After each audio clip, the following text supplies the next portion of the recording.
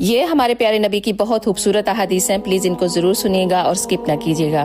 آپ نے ارشاد فرمایا 3 دعاؤں کی قبولیت میں کوئی شک نہیں ہے۔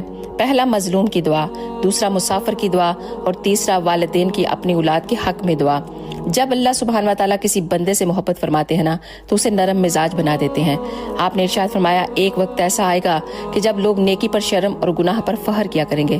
بلا شبہ تم میں سے مجھے بہت زیادہ وہ پسند ہے جس کے تم میں سے اخلاق بہت اچھے ہیں۔ جو شخص اصول تعلیم پر 1 گھنٹہ کی ذلت برداشت نہیں کر سکتا وہ ہمیشہ کی ذلت میں پڑا رہتا ہے۔